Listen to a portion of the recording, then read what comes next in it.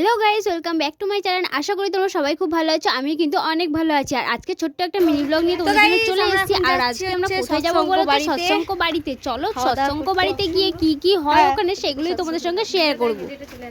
এই হাই করো, কোথায় যাচ্ছি সবাই হাই করে দাও একটু। কাকে কাকে দেখাচ্ছি কি জানি, দেখতেই পাচ্ছি না। সৎসঙ্গ বাড়িতে যাওয়ার জন্য আমার দুই ননদ, আমার যার ছোট্ট ঠাকুরপো মিলে বেরিয়ে গেছিলাম। আর হ্যাঁ, সঙ্গে কিন্তু দিদাও ছিল। দিদার আর ক্লিপস তোলা হয়নি, যেহেতু একটু গরমের মধ্যে ছিলাম, প্রচণ্ড রোদ বাইরে, সেই জন্য আর কোনো ক্লিপ ভালো করে তোলা হয়নি। আর এই দেখো, এই মন্দিরটার ভেতরে ভালো করে ঘুরছিলাম, মানে সব দিকে এগুলো আমি তো এগুলো দেখেছি এর আগের বারে, সেই সময় ভিডিও করা হয়নি। আর এখন যেহেতু আমি দেখছি আর তোমাদের সঙ্গেও শেয়ার করছি, আর আমার ননদগুলো যেহেতু প্রথমবার এসেছে তাদেরকেও একটু চিনিয়ে দিচ্ছিলাম কে কোনটা। তো যাই হোক, সবার নাম আমি জানি না। আমার শাশুড়ি মা এখানে থাকলে হয়তো বলে দিত, কারণ উনি তো সেদিন ছিল না। এর আগের বারে গেছিলাম, উনি সবার নামগুলো আমাকে বলছিল আর শেখাচ্ছিল যে এটা এর নাম। তো যাই হোক, এই দিন ছিল হচ্ছে কিন্তু একটা ওখানে অনুকূল ঠাকুরের জন্মদিন। তো সেখানেই গেছিলাম, সেখানে কিন্তু প্রচুর খাওয়া দাওয়া ছিল, সব কিছু মানে খুব ভালোভাবে হয়েছিল আর খুব মজাও করেছিলাম। ঠাকুরবাড়িটা গেলে না পুরো মন শান্তি হয়ে যায় সত্যি।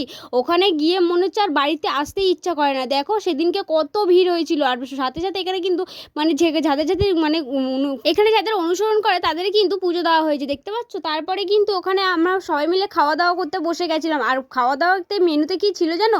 ডাল, একটা চচ্চড়ি, সব রকম সবজি দিয়ে, আর ঢোকার ডালনা। দারুণ হয়েছিল সব খাওয়া দাওয়া, কিন্তু আমি ঢোকার ডালনা খাই না বলে সেটা কিন্তু আমি সাইডে রেখে দিয়েছিলাম। তো যাই হোক, তারপরে কিন্তু ছাদে চলে এসেছি। ছাদটা কত সুন্দর দেখো, ভিউটা কিন্তু দারুণ লাগছিল। আর এটা কিন্তু নিচের ব্যাকগ্রাউন্ডটা কিন্তু আরও ব্যাপক লাগছিল।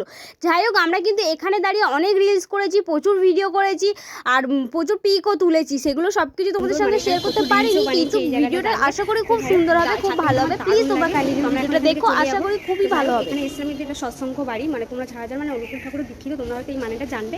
তো যাই হোক, এই মন্দিরে আমরা এসেছিলাম। তো আজকে এই মন্দিরটা একটু পুজো ছিল, তো সেই পুজোটাই দিতে এসেছিলাম। তো যাই হোক, মানে খাওয়া দাওয়াও ছিল। আমরা পুজোর টাকাটা যেহেতু এসে পুজোটা দিতে হয় না, এখানে পুজোর টাকাটা আমরা পাঠিয়ে দিয়েছিলাম তারপরে, আর পরে ওরা পুজোটা দিয়ে দেয়। তো যাই হোক, পরে তোমাদের সাথে আরও অনেক কথা বলবো। এখন বাড়িতে যাবো। তো চলো, প্রচণ্ড গরম পড়ে যাই, গরমে বেশি কথা বলতে পারছি না।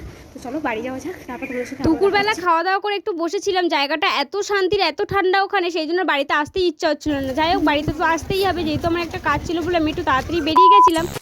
তারপরে দেখো, আসার সময় দেখতে পেয়েছি পার্ক। আর পার্কে আমরা যাবো না এটা কি হতে পারে? তার মধ্যে সঙ্গে ছিল রিজু সোনা। আর এই দেখো, রিজু তো গিয়ে খুব মজা পেয়ে গেছে, সঙ্গে সঙ্গে স্লিপ চড়তে চলে গেছে। আর সাথে সাথে আমরাও কি করেছি না, আমরাও কিন্তু দোলনা চড়েছি। দোলনা চড়তে কিন্তু খুব ভালো লাগে। তোমাদের কাদের কাদের ভালো লাগে আমাকে একটু কমেন্টে জানিও তো। তো যাই হোক, তারপরে দেখো আমরা কিন্তু ওখানে প্রচণ্ড মজা করছিলাম। আর এত গরম না, প্রচণ্ড কষ্টও হচ্ছিল। যাই হোক, পার্কটাও ভেতরে কিন্তু খুব হাওয়াও ছিল।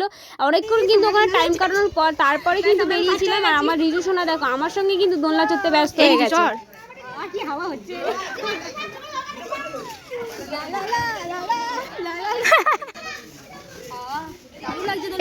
আমি চড়বো। দেখো আমাকে দেখে আর আমার ননদ কিন্তু থাকতে পারলো না, ও চলে এলো।